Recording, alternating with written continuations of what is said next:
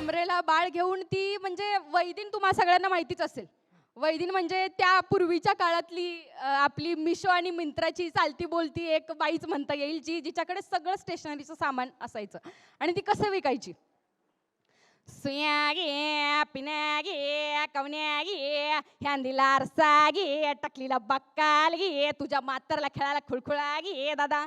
रमाई मयो वाडे माय, कृष्णाई मयो वाडे माय. गप्रा मुडद्या सारखं किरकिर किरकिर बापर गेलाय मुडदा नुसता. वाडे माय, रमाई मयो वाडे माय. वाड मावशे वाड, तुला काळा कुट्ट बुरगुंडा होईल.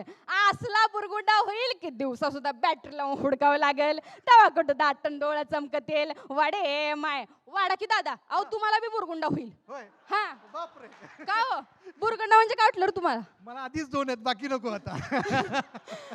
अच्छा, म्हणजे आधीच 2 आहेत बुरगुंडा म्हणजे 2 बाळ आहेत वाटतं घरी. हो आहेत, हा म्हणजे बुरगुंडा म्हणजे बाळ होय. अहो नाही नाही नाही, बुरगुंडा म्हणजे बाळ नव्ह. बुरगुंडा म्हणजे ज्ञान, बुरगुंडा म्हणजे सार आणि बुरगुंडा म्हणजेच नॉलेज. वा वा. आणि म्हणून म्हणते ग बय तुला, ग ताई तुला, ग बय तुला, ग ताई तुला, ग माई तुला, ग का तुला बुरगुंडा होईल ग. ग बय तुला बुरगुंडा होईल ग. बुरगुंडा होईल ग, बुरगुंडा होईल ग. हा बाई तुला, बाई तुला, बाई तुला, बाई तुला बुरगुंडा होईल ग. ग बय तुला बुरगुंडा होईल ग.